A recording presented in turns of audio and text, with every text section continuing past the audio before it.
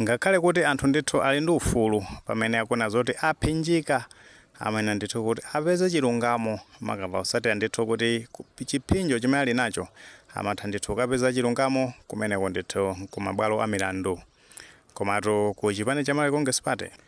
makosana amene ali kumeneko akuluakulu makamaka ndithu kumeneko akuoneka ndithu kuti zinthu zawo pena akumachita ndithu ngati mabulutu ngati anthu kuti sanapite ndithu mklasi, koma chonsecho ndi anthu kuti ndithu anaphunzira bwino kwambiri ali ndi kuthekera kuti amazindikira kuti ichi ndi chabwino ichi nchoyipa makapotenga ndithu ndi sukulu zimene anaphunzira makosana amenewa. Nkhani tu ndionera kuti anthu amene akudikira zotsatira za chisankho chimene chinachitika pa 16 September 2025 zambiri ndithu zakazikuchitika tikhulupirira kuti ino mukuzitsatira bwino kuti kumeneko ndithu a chipani cha Malawi Congress Party akuoneka ndithu kuti sakukhutira ndi mmene akuti bungwe limene la Malawi Electoral Commission akuyendesera zotsatira za chisankho zimenezo makaponena ndithu kuti kumeneko akuti ndithu chipani china chimene sakumachitchula bwinobwino pena ndithu amazatchula kuti chipani cha Democratic Progressive Party akuti ndithu chinabera chisankho chimenecho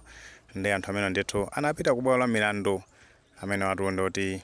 akufuna ndithu bungwe limene la Malawi Electoral Commission akuti asapirire ndi chiganizo cholengeza zotsatira za chisankho zimenezo.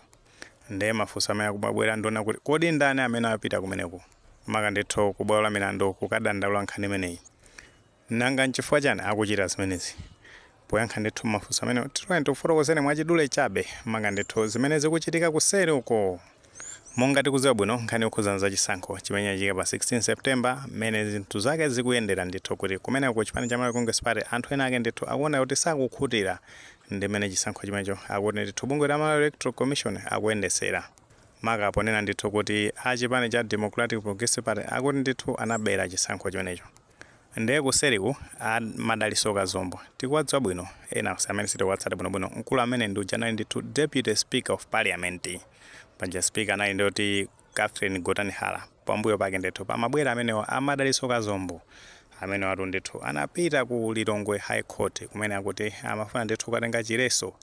ndi cholinga chofuna ndithu kuti alese bungwe la Malawi Electoral Commission kuti asapitire ndi chiganizo cholengeza ndithu amene anapambana pa chisankho chimene chachitika pa 16 September chija. Ndeto kumeneko ataonekera bwinobwino maka ndithu dandaulo limene makosana amene anapereka anauza kuti zimene mukuyankhulazo ndi kuti ndizopanda nzeru, bwererani palibe ndithu cha nzeru chimene tingakuthandizeni apa. Zimene zitu zikubwera maka posatira ndithu kuti bungwe limene la Malawi Electoral Commission ayine mphamvu yowunikira china chilichonse ndipo akamalengeza zotsatira za chisankho akumanena ndithu wapampando wa bungwe limeneli kuti pozalengeza azaonesesa ndithu kuti maissues onse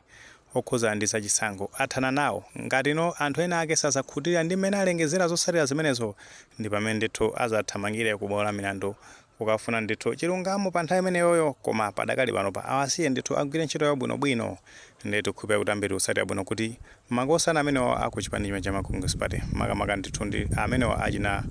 Ken Nsonda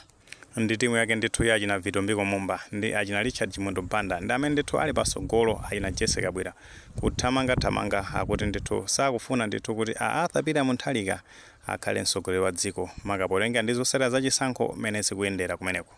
Ndiye kumeneko kumakhankhani akuti ndithu akufuna kuyesesa kuti ngati akanike ndithu kuti mtsogoleri wa dziko Lazarus Chakwera kuti apambana pa chisankho chimenecho ndiye kuti kusachitike dirani ndi zimene ndithu makosana amene akumayankhula kuseri uko.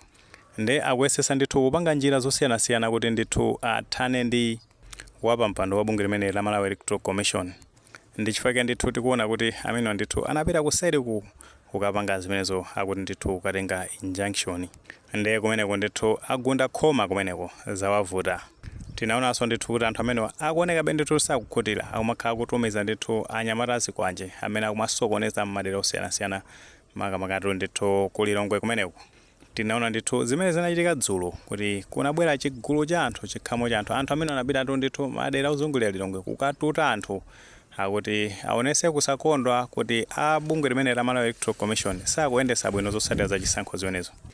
Muli ndi maganizo pa nkhani imene pamene tikunazona kuti kumenekotu akuchipani cha Malawi Congress Party amene athamangira kubwalo la milandu kamang'ala kuti atenge ndi chileso ndi cholinga choti bungwe la Malawi Electoral Commission asalengeze zotsatira za chisankho zimenezo potengera ndithu kuti zikuoneka kuti zikuomera chipani cha Democratic Progressive Party motsogozedwa ndi Arthur Peter Mutharika. Ngati maganizo amene alipo mutha kutifotokoza ku comment section uko, koma tikamapereka tikumbukirenso ndithu kulemekeza maganizo anzathu. ngati sitinapange subscribe channel chimene cha Fox Mlala News 18 pangani subscribe, ndicho ngoti nkhani zambiri zikamachitika ndetu kupezani kwake kusamakhale kovuta.